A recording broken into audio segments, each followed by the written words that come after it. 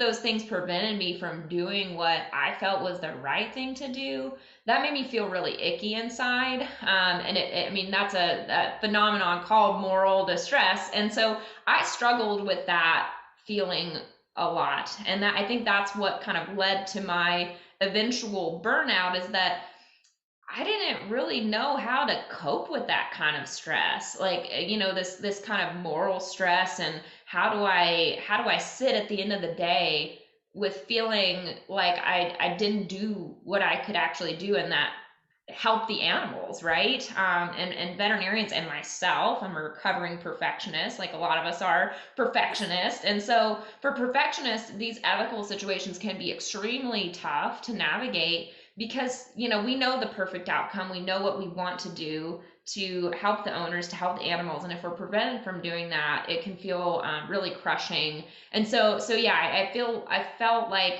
burnout. I hit pretty hardcore burnout. I remember driving home one day from work and just having to pull over on the side of the road, and just like, because I couldn't see the road because I was just crying so much. And I just remember having to call my mom, and what do I do? Like, I can't do this to myself anymore. How do I go forward? And luckily she's a nurse, so she's experienced these feelings throughout her career as well, and so she could give me support. But yeah, I mean, that was definitely one of my toughest moments in vet med, was those feelings of burnout. Hello, my name is Debbie Boone, and I want to welcome you to my podcast, The Bend, where we explore how successful people navigated the path and emerged in a better place when life threw them an unexpected twist. It's inspired by one of my favorite sayings: the bend in the road is not the end of the road unless you fail to make the curve. These conversations will hopefully help you and inspire you to embrace your personal bend and to flourish. I hope you enjoy it, and if you need help with your own personal navigation and you're in veterinary medicine, please feel free to reach out to me at Debbie Boone 2 Manage Vets Consulting. Enjoy the bend and be inspired by our wonderful guest. Welcome.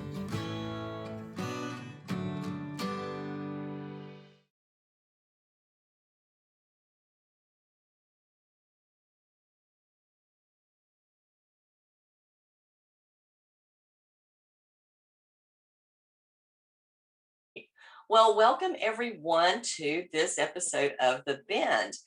Today, I am pleased to present to you Dr. Addie Reinhard. She's the founder and director of MentorVet. And I actually met Addie just through kind of a quirk of LinkedIn, I guess, because she posted something about mentorship.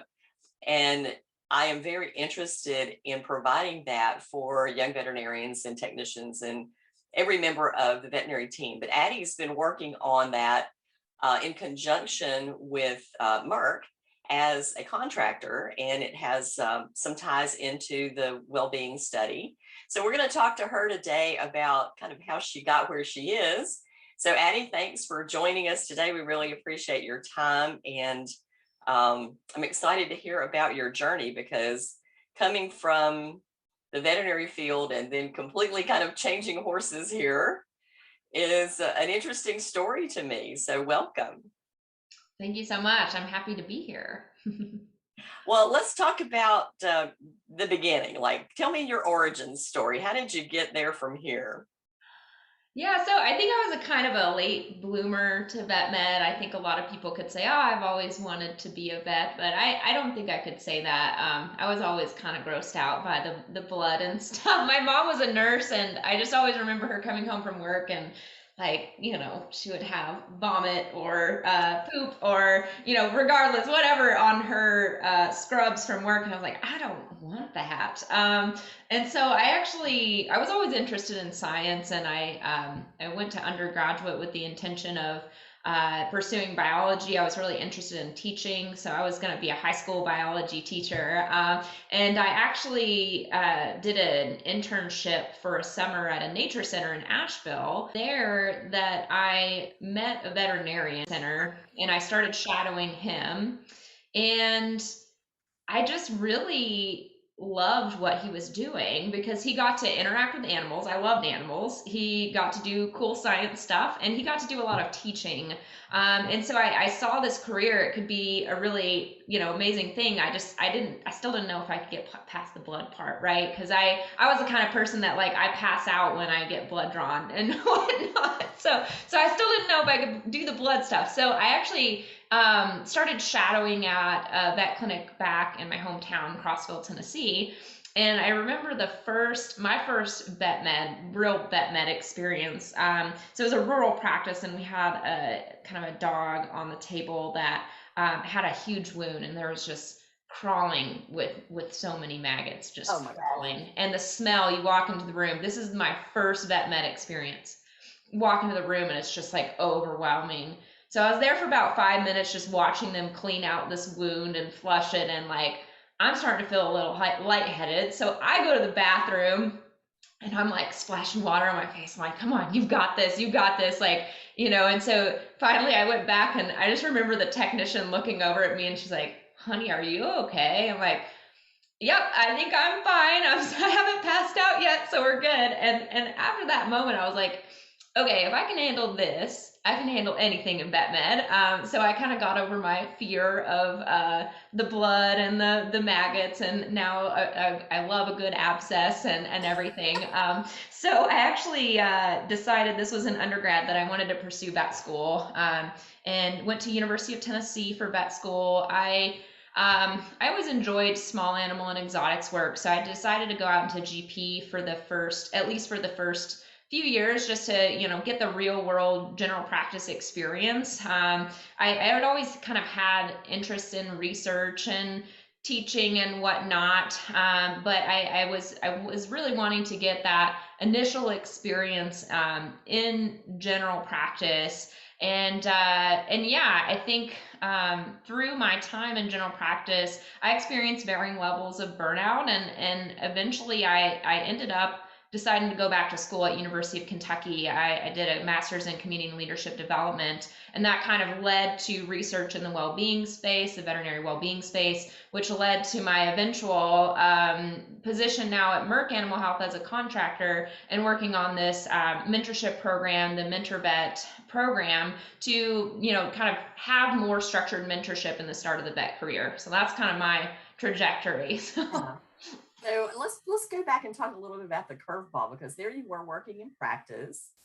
When we had our conversation the other day, you said, I had really good mentors in my practice, but still you experienced burnout. So talk to us a little bit about what made you, that was really a tough decision to leave clinical practice and say, okay, I'm going to do something completely different with my life because of whatever this curveball is that life has pitched to me. Yeah, the burnout was hard because I really loved vet med. And that was a really tough moment for me to be in, because here I was feeling burnt out and feeling like I wanted to leave the profession which I loved and had, spent so much time going to school and all the money that I'd spent, and like feeling like I wanted to just leave and go be a third grade teacher, right? Because I do love teaching. And that was a hard moment for me. And I think that, yeah, like you said, I had really pretty phenomenal mentors in practice, but there was still really tough situations, and vet medicine is a very stressful career. Period. There are a lot of stressors involved in the vet profession, and so some of these things I wasn't prepared for. They tell you in vet school how tough it's going to be. I remember Dr. Strand coming to my class freshman year and telling us about the high rates of suicide in the vet profession and having to take care of our health. But I was always like, oh, like that's not me. I'm really mentally strong. Like I'm a tough person. I'll never experience anything like that. But when I started practice, I realized like, wow, like suddenly the responsibility is now solely on me. As a student, you have a lot of support, a lot of check-ins, but now suddenly the responsibility shifts solely to you. The decisions that you make will impact that animal's life.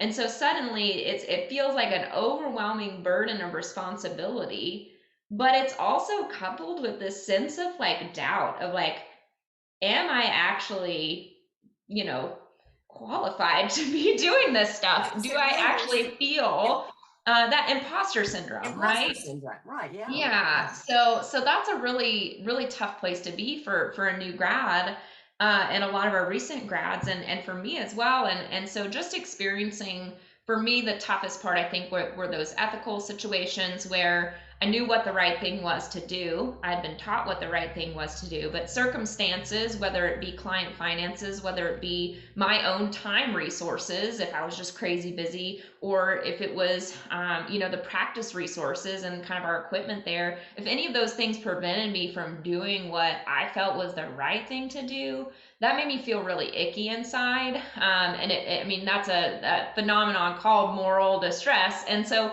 I struggled with that feeling a lot. And that, I think that's what kind of led to my eventual burnout, is that I didn't really know how to cope with that kind of stress. Like, this kind of moral stress, and how do I sit at the end of the day with feeling like I didn't do what I could actually do, and that help the animals, right? And veterinarians and myself, I'm a recovering perfectionist, like a lot of us are perfectionists. And so for perfectionists, these ethical situations can be extremely tough to navigate, because we know the perfect outcome, we know what we want to do to help the owners, to help the animals, and if we're prevented from doing that, it can feel really crushing. And so yeah, I felt like burnout. I hit pretty hardcore burnout. I remember driving home one day from work and just having to pull over on the side of the road, and just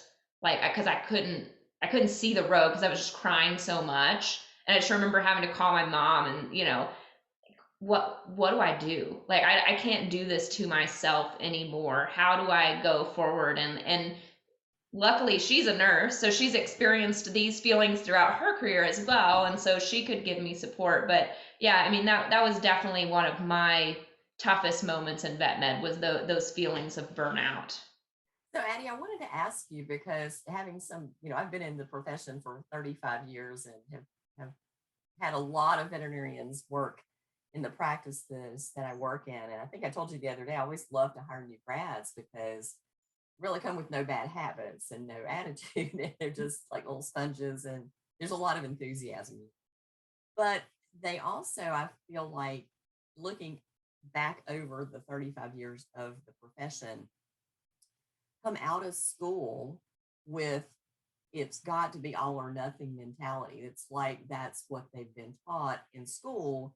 And where that ethical dilemma comes in is like, if I can't do the absolute best, then I feel like I'm hamstrung and I can't do anything. Where I feel like older veterinarians who really came into the profession from farm backgrounds kind of was, we do the best we can with what we've got to work with, and good is good enough. And so, and then we move on.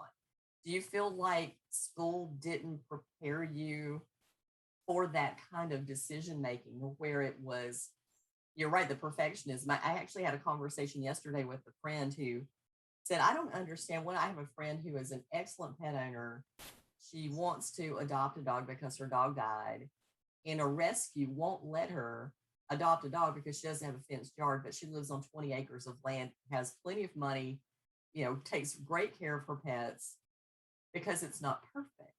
And I said, unfortunately, this is the problem with a lot of rescue, is if it's not perfect, then the animal, and she said, and this animal's in a kill shelter. So it's got to be perfect, and it's got to follow the rules. So I'm just curious as to, looking back on this now, what you think about the perfectionism, or it's got to be gold standard, or we can't do anything, or it's not right. That's the other thing. It's not right. Sometimes it's okay. Mhm. Yeah, there's a good study out of the UK that looks at this kind of early career veterinary identity, and they did some work in looking at kind of what the narratives were like of our new grads, and how they're talking about practicing medicine. And I think that, so the one type of identity, like a more diagnosis focused identity, that's kind of what we are taught and is encouraged in veterinary school is, getting the gold standard diagnosis by doing, the XYZ tests and giving the gold standard treatments. And we aren't taught a lot how to operate in the gray. I'd say you get a little bit more of that in clinics, but we also have to think about a lot of our veterinary institutions are referral centers. So a lot of the cases that our students are seeing may not be the same type of cases that they're seeing in general practice. So they don't get a ton of experience operating in this gray zone. And even as students, you're not exposed to that gray zone because you're not really the one talking with the pet owners about the financial situation and the options. And you're more there to figure out the gold standard diagnosis, figure out the gold standard treatment options, and help that happen, which is awesome. I mean, we should all be offering gold standard diagnosis and treatment every single time for every single patient, regardless of biases or assumptions. That should be what we offer.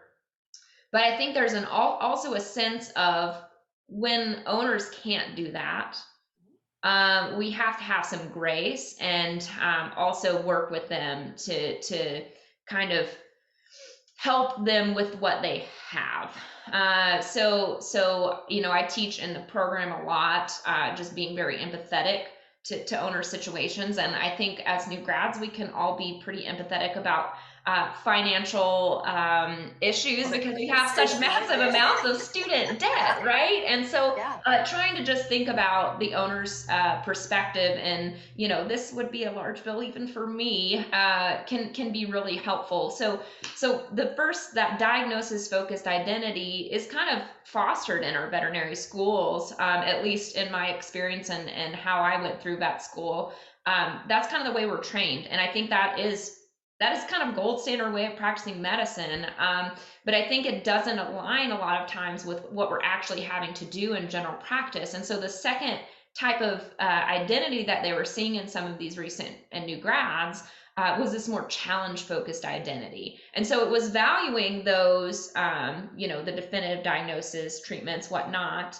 But if you were faced in a situation where you couldn't do that, you drew satisfaction from being able to help the owner in a tough situation, or you drew satisfaction from being able to manage a busy caseload, even though maybe you didn't practice the best medicine because you were so busy. You still drew satisfaction on helping a lot of people. So it's kind of this more challenge focused identity. So I think it's a really neat way of thinking about it because, I think that both identities are not wrong. But I think that if you are kind of caught up more in this diagnosis focused identity, it can lead to a lot more of that moral stress that you might be feeling with ethical situations. Because if you feel like it's all or nothing, then you're going to feel really bad offering anything in between.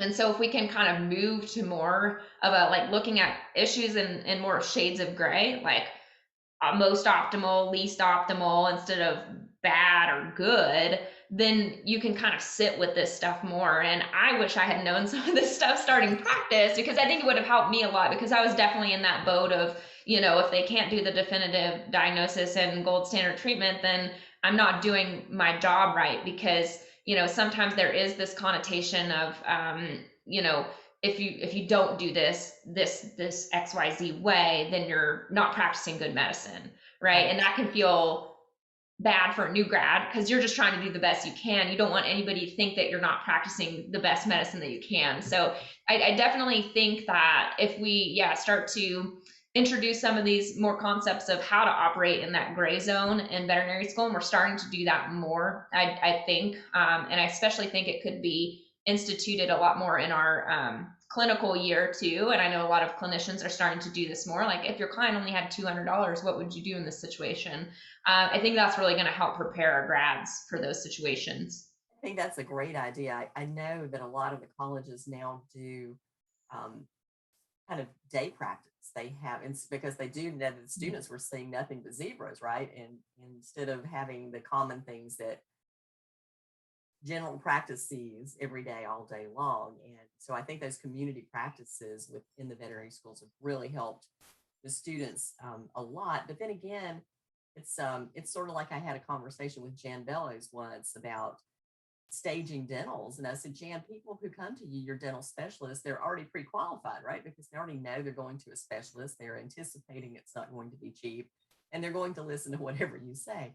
But in general practice, I've had clients who have no teeth. And so trying to talk to them about staging a dental over 3 stages, is sometimes more challenging because they don't understand that. They don't understand the value of it. So there is a huge difference in working with referral, especially vet school mentality, and coming out into real world, where the mentorship comes in.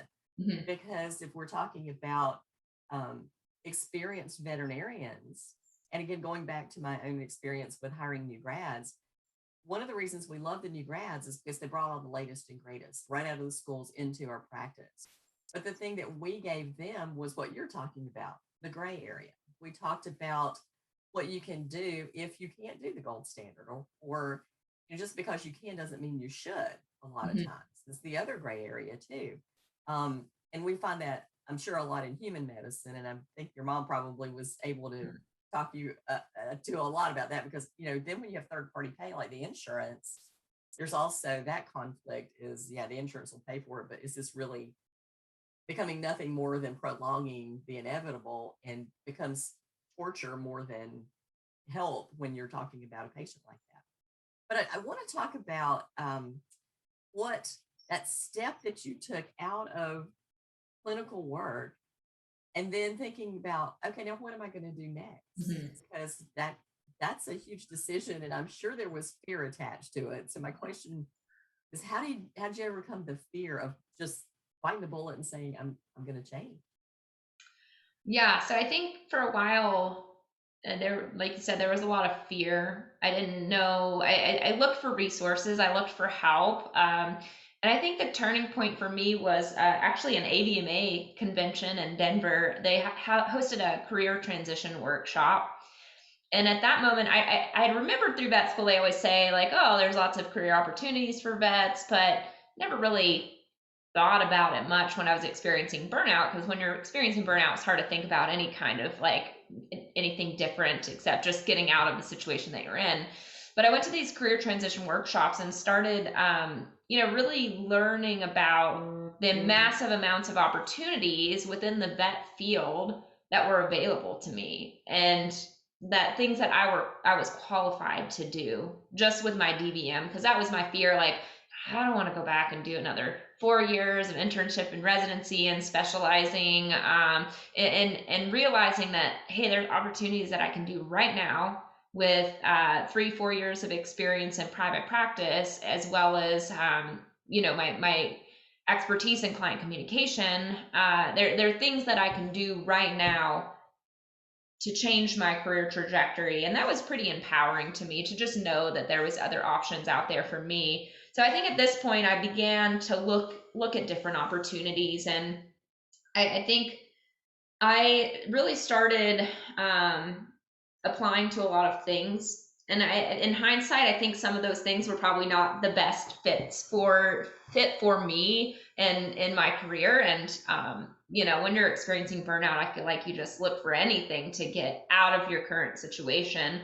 And because I was just struggling so much with some of those ethical things. But I think that in hindsight, there was a lot of opportunities that I probably applied for. And if I had gotten it, I might have ended up in the same situation in 3-4 years, because I wasn't doing it intentionally with a lot of, my values in mind. So I actually got denied for quite a few things, which is also pretty crushing for a perfectionist, high-achieving veterinarian.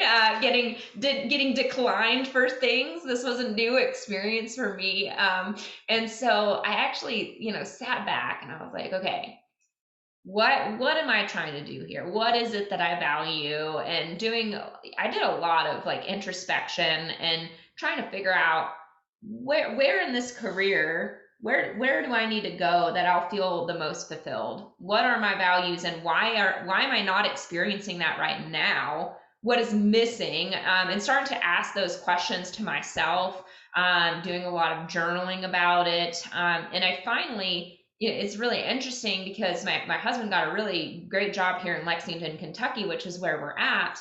And there's not a whole lot of career transition opportunities for vets here in Lexington. So I wasn't going to take him away from his dream job. So I kind of had to be creative here in Lexington, Kentucky. And so I actually started looking at going back to school because I always really valued teaching and learning, and I really loved. I always loved school. I was kind of a weird one, right? But I always really loved school, and so I started looking at programs at University of Kentucky, and I found community and leadership development. And when I found them and started talking to the professors there and just learning about the leadership development opportunities, the community development opportunities, the opportunities to pursue my own research in the vet field, because they were very flexible on what my research could look like. It felt like a very natural fit for one, my skills, and I felt like two, it was just a really supportive team there at University of Kentucky in that department. And so I actually applied for an assistantship, like a research assistantship, because originally I just applied to kind of go in the evening part-time back to school. But I got accepted for this research assistant position, and my husband and I kind of crunched the numbers, and I was like, wait, I can quit my full-time job and do this full-time with this little bit of supplemental income I'll get from this assistantship, and they're paying for my school.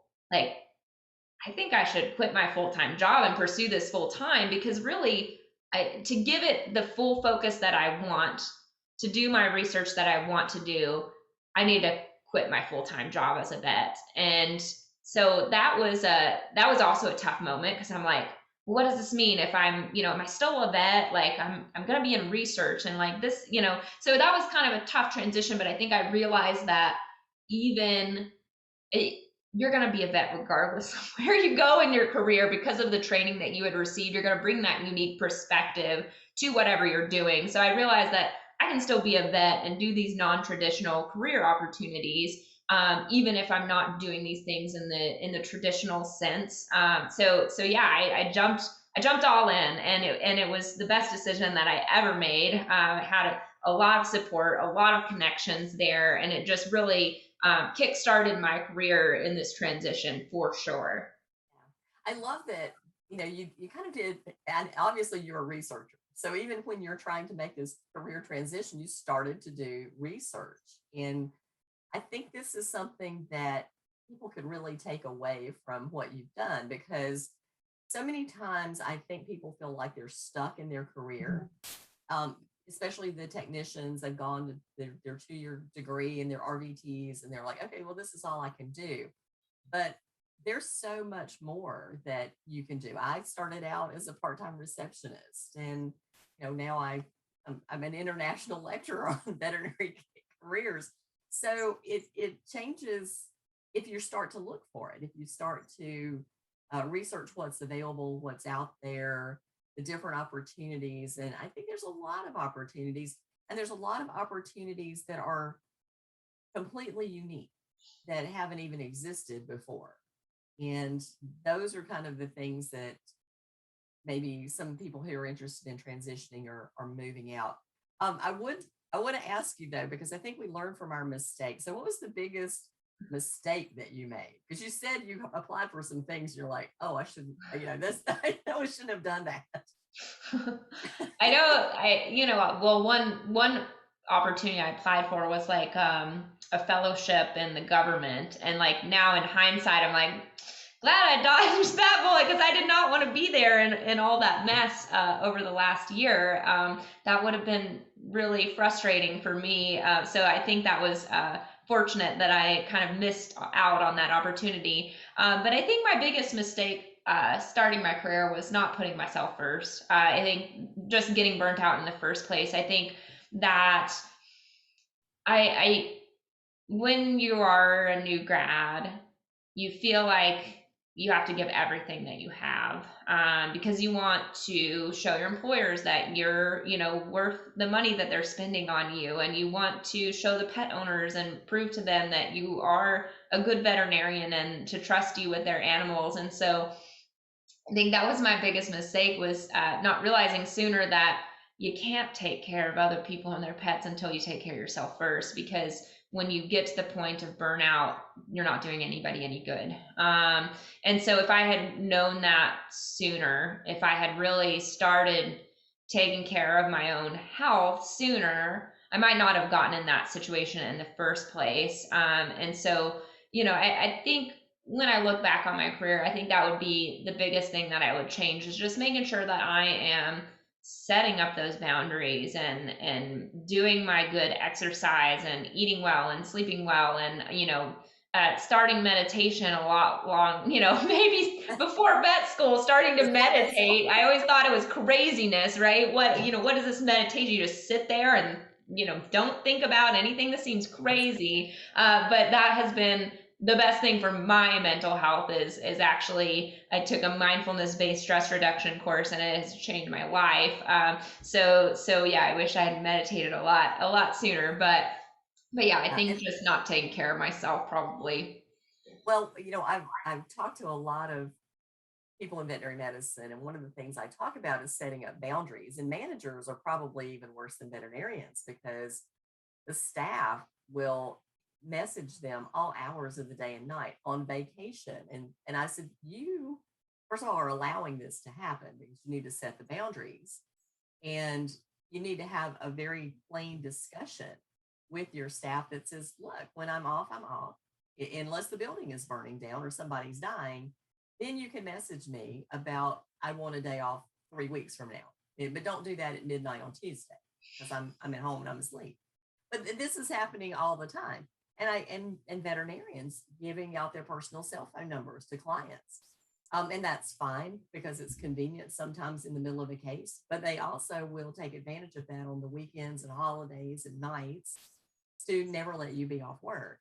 And I grew up in practice in a very structured practice that said, we start work at 8 o'clock, we stop work at noon, we take 2 hours for lunch, everybody. We come back and we work from 3 to 5:30, and at 6 o'clock we lock the doors and we go home. And that's so possible. And I think that people don't see that that is possible, but you can control your world. You have an appointment book, you have a schedule, and rarely did things get so out of hand that people went, through their lunch hour. And sometimes there would be one of those surgeries that you get into, and Mhm. it just keeps going and going and going forever. But that happens so rarely. And so the people who work in that practice are still there. I mean, there was no turnover. The doctor that I started working with in 1985 is still there. So, and all the doctors that I hired are still there. And I quit the practice in 2005. So this is a highly possible thing if we go into it, like you say, setting the boundaries, setting the rules right off the gate, and letting your clients know what the expectations are. And so many times we fail to do that. Um, I want to ask you about networking, because here you are, um, and talk to me a little bit about MentorVet and how you decided to develop that, and then how the network is helping you grow it. Yeah, man, networking is so key. That's like number one thing I think of why I am here today. I just remember on my first day of class at University of Kentucky, after class, I started chatting with my teacher about kind of my research interest and the suicide issue within the vet profession, and my research interest in kind of veterinary mental health, especially in the transition of practice. And my teacher says, wow, this sounds like a really awesome, research opportunity. Do you need some money? Do you need some grant funding? I'm like, yes, yeah, I do. And he's like, well, I've got a grant. It's due in a week. Just apply for it. And, we'll see if we can get you some money for your project. And so in the first week of school, I'm writing this like 10-page grant application, and like I ended up getting it done, and it was a good application, but I got a $14,000 grant in like my first few months in school to do my research and to do my project. And that was just from talking to people about what I was doing and talking about my interests and being passionate about something. And so I think it's so important to tell people what you're doing, and talk about it in a very excited. If you're excited about something, people will be excited about it too. And I talk to anybody that I can about it, because you never know where these small connections will pop up and how those people might impact your future. And so as I'm going through my research project of, learning and exploring early career mental health and well-being, I reconnected with Dr. Elizabeth Strand, who is one of my professors at University of Tennessee. And we kind of knew each other a little bit from when I was a student, but I wanted to reconnect with her because I knew she was just a premier researcher in this field, and I wanted her to be on my research team. So I wanted her to be on my thesis committee. So I met with her, and we really hit it off. And she was on my thesis committee and was a phenomenal mentor. And that connection, so just my bravery reaching back out to her after several years and connecting, then led to she actually mentioned me to Merck, and schedule. They reached out to me to schedule a meeting to meet me and learn about what I was doing in my research and everything. And so that connection led to a different connection, which eventually led to my job. And so that's the examples of how little connections can make big impacts. But I also have connections that lead to small things that are also really important. One of my friends here in Lexington, I posted something on Facebook about MentorVet in the program, and she tagged her like stepmom or her mom in it, and now she's wants to be a volunteer for the program. And so you never know, these little connections and talking about what you're doing can really help cast that net wide, so that you can find people who are also believing in your vision and want to help what you're doing. And yeah, as far as like the MentorVet program, I'd been doing research kind of in this early career well-being phase, and I developed a mentorship program and a professional development program, and it works, and it maybe prevents burnout from occurring, which is super exciting. And so it was an evidence-based intervention that we could potentially grow and expand. But to do that, I needed help from people. And so, Merck stepped in, and they have been very gracious to support me and support this project. And they're a phenomenal company, obviously, with the resources that they've been putting into the veterinary well-being studies in the past few years. And they've also afforded me the opportunity to also be on the research team of the next veterinary well-being study, which will be launching this year as well, and the next phase. And so, yeah, these little connections just lead to making what you're doing so much more impactful. Because if we don't talk about what we're doing, we're going to waste our time redoing things that have already been done.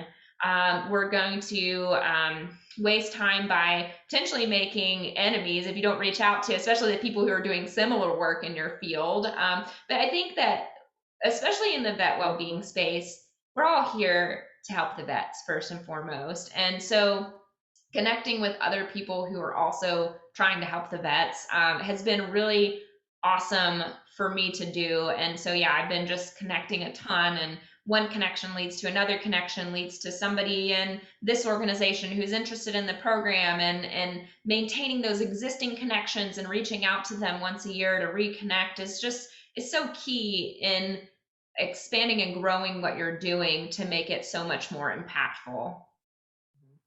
Yeah, I like people. I've always liked people. And I laugh and say my job truly involves teaching animal people how to successfully communicate with humans. But the the connections that you make, you're right, that you just never know where they lead. Just Mhm. having a conversation with somebody, sharing the information about the things that you're excited about and what you're doing. And then that person says, I know somebody who, and Mhm. then it connects you that way.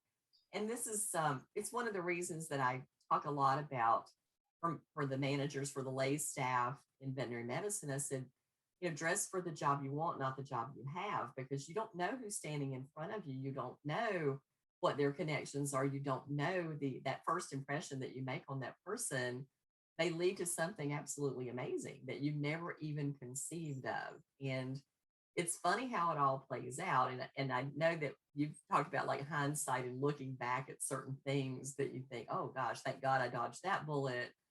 But thank goodness I've stepped up to talk to a teacher. Just the first week of school, I stepped in to talk to a teacher. And these things kind of happen. I can remember somebody came to my office one day from NC State, and that's my school. I graduated from there with an animal science degree, and they were soliciting alumni for money. And I said, I have a better idea. I really want to get this practice management program in the veterinary space in school. And I think it needs to happen in the undergrad, because when you're in vet school, you're way too busy to Mhm. take on anything else. So that connection led me to Dr. Shweta Trivedi, who is the advisor to the pre-vet group at NC State. Well, then Shweta led me to the department head for animal science, who then led me to the agribusiness department. And so, after about 5 years of this, and this, we're actually next, I think, fall semester, spring semester, launching a certificate program at NC State university level for veterinary practice management. And it really just starts by just asking and being willing to go out of your comfort zone.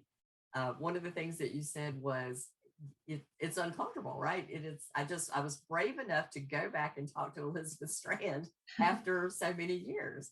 But those kind of little brave steps are what make or break us when we're trying to achieve whatever our goal is you've got to take a deep breath and step into that. And I know I speak a lot on the conference stages, and people come up and go, well, I don't know if, do you have time to talk to me? Well, of course I do. I love it when people come up and talk to me.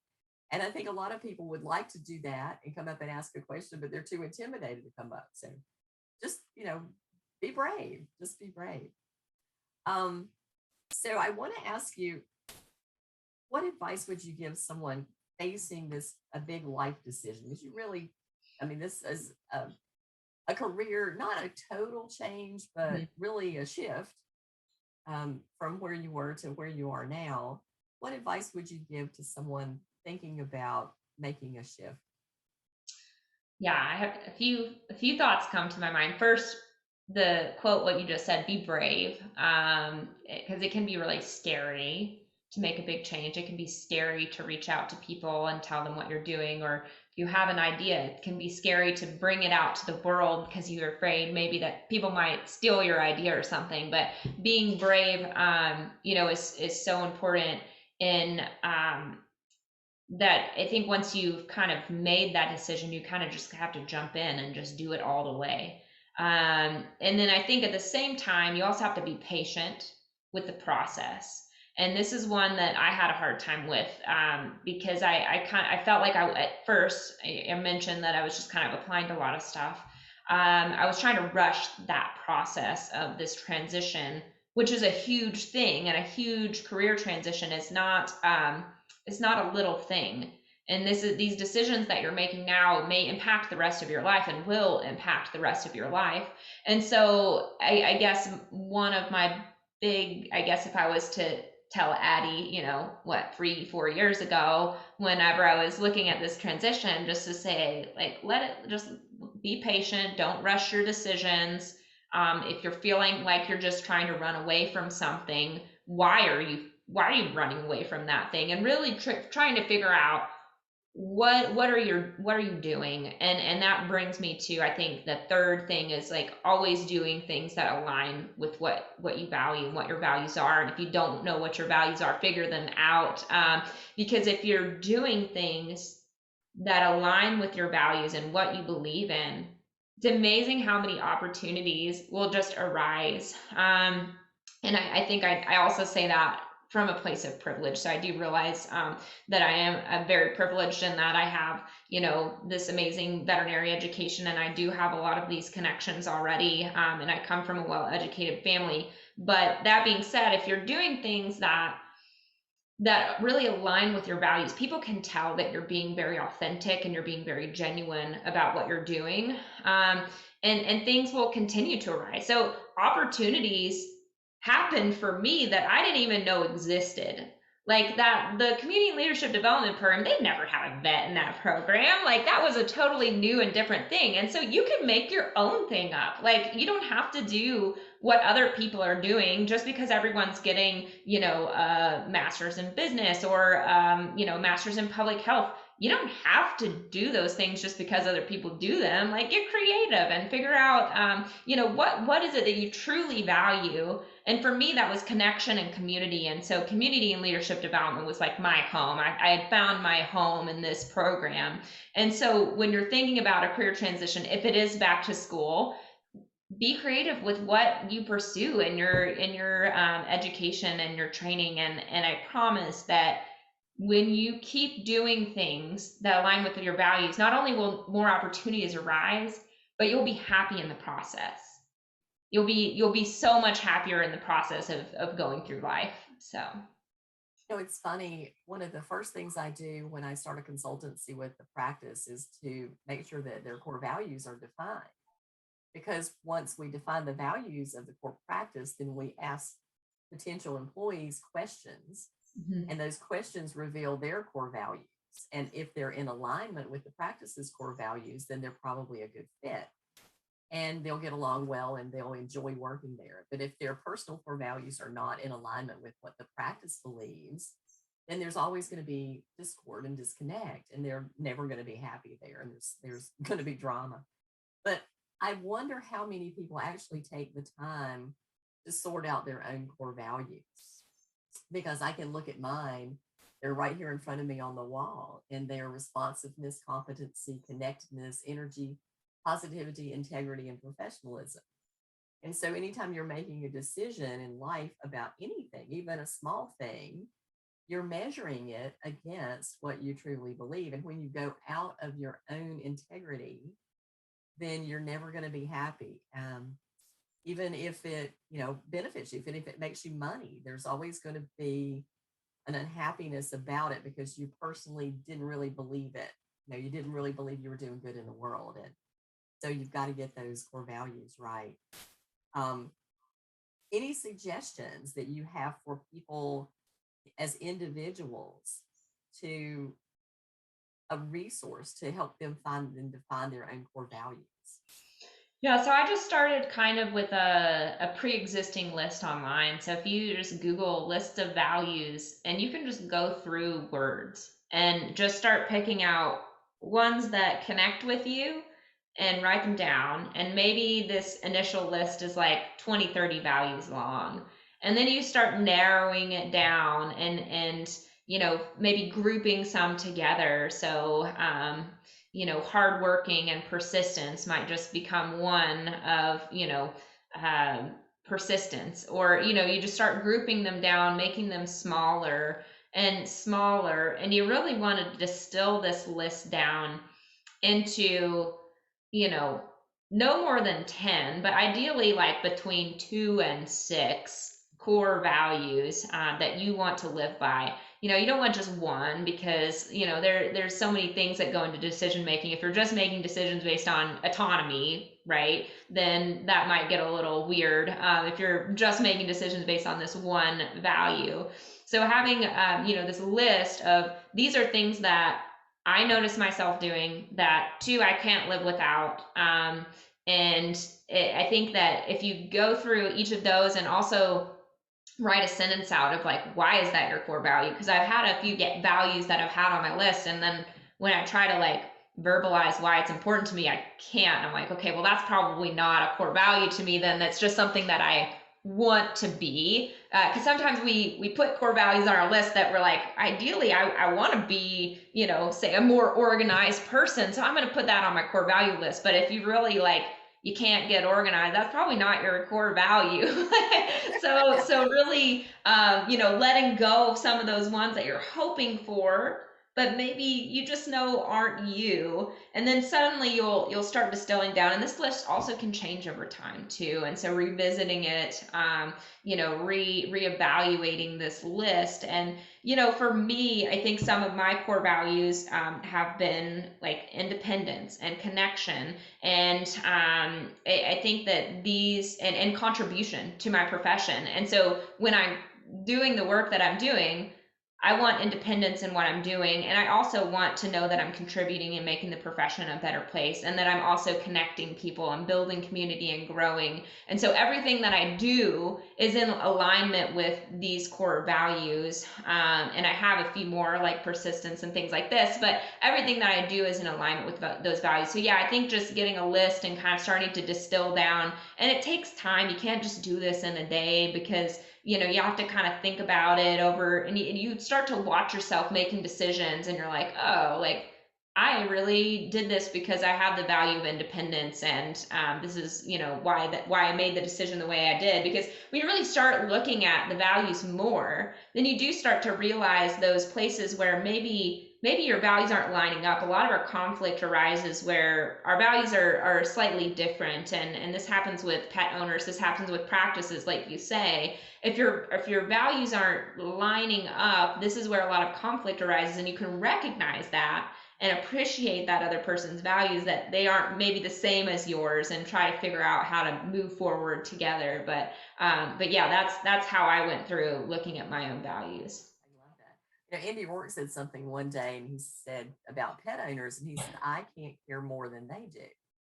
And so if we value the animal more than the pet owner does, then there's always going to be conflict between what we want to do or think is right to do compared to what the pet owner, who is actually, I mean, unfortunately, animals are property, will allow us to do. So there's the conflict comes from their values versus our values, even on the place of the animal in the home. And so we run into that a lot over the years. I've seen it, more than I care to, because we would hope that people who are bringing their animals to us care as much as we do, but unfortunately that's not true. I want to get you to tell a little bit about MentorVet, kind of distill it down, because people can get on the website and find out more about it. But tell us a little bit about what your vision for it is and how it helps veterinarians, especially our new grads. Yeah, so MentorVet is a professional development and mentorship program, and it's an evidence-based program. So essentially, what we're trying to do is build community and support in the start of the practice, as well as training and some of those professional skills to help vets be better able to cope with some of those most common stressors of practice. So I know, like when I was struggling with burnout, it was really hard for me to find resources. So my goal with this program is really to be a centralized location for those trusted resources that are evidence-based, that are good resources, that are good people. And so when I'm looking at what the MentorVet program is becoming, I really look at it as a community of support, and a community of support so that you can talk with other new and recent grads about some of the experiences and struggles that you may be having in the transition of practice. Because we know that when we start talking about these things, it really does help for you to feel supported, and it decreases burnout and stress, because you're talking with somebody who's going through similar experiences to you. So essentially the program is kind of broken down into a few different parts. We have some online learning that's asynchronous, and those are in professional skills. So we go through like one module a month. It's a 5-month program.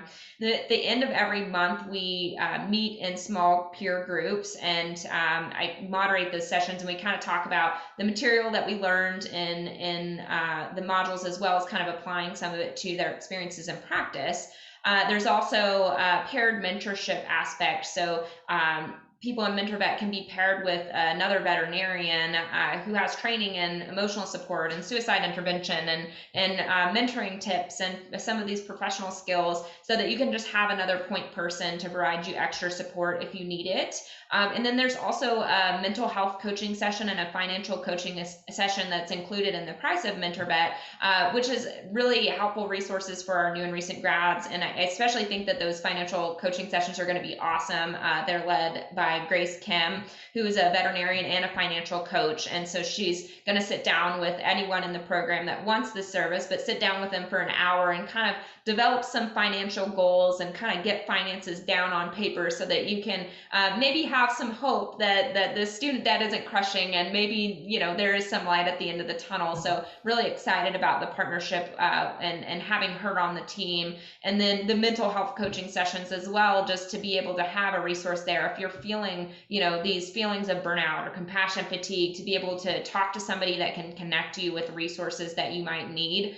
So yeah, super excited about the program. We're launching the first cohort July 25th. So we're currently seeking mentors, for volunteer mentors. So, you know, anyone who is interested in volunteering to be that paired mentor individual, we're always seeking volunteers. And then we're also looking for veterinarians to participate in the program. So, you know, if you know of any veterinarians in the classes of 2017 through 2021, be sure to let them know that this program is a resource available for them.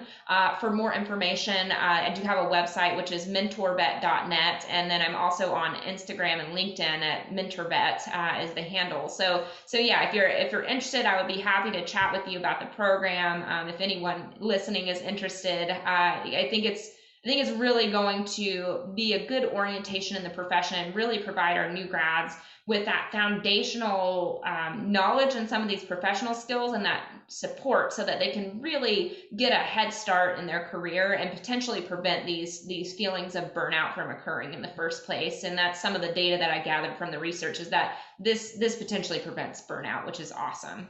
That is awesome. That is awesome. Well, Addie, our time is about up, but I want to end with, just tell us a fun fact about you. What would somebody be surprised to know about you?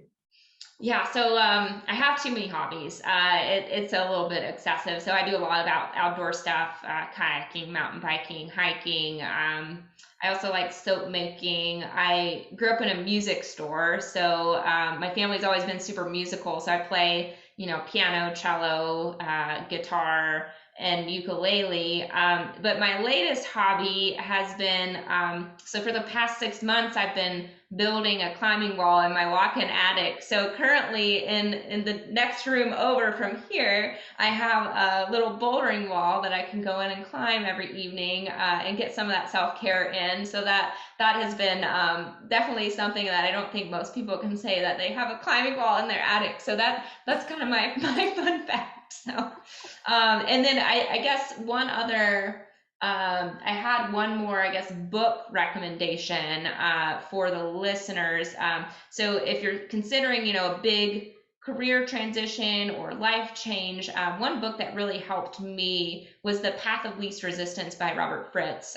So he's, you know, a leadership specialist, and he talks about how, you know, we're kind of on this path, and it's hard to stray because we're kind of bounced back and forth, and we kind of take the same paths because they're comfortable. And he kind of talks about how we get off of that path and how we can lead a new life. So that's what I would recommend as far as book recommendations. Well, that sounds great. And I think you're exactly right, because it's easy to stay where you are, and it's easy to keep doing what you've always done, but it's sometimes not as rewarding as it could be if you just take the risk and take the chance, and, as you said, be brave and take that step out into the great unknown.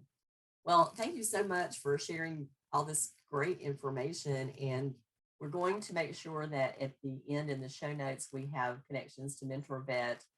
Do encourage new grad veterinarians, or you know somebody who's just graduated, to get involved in this program, because it's going to help solve so many problems, and maybe they don't have that mentorship in practice, or maybe even if they did, like Addie, sometimes it's just better to have somebody from the outside to talk these things through, because there's no judgment, there's no repercussions within your practice about some of the things that you're thinking, and having a coach to walk you through some tough times is always beneficial.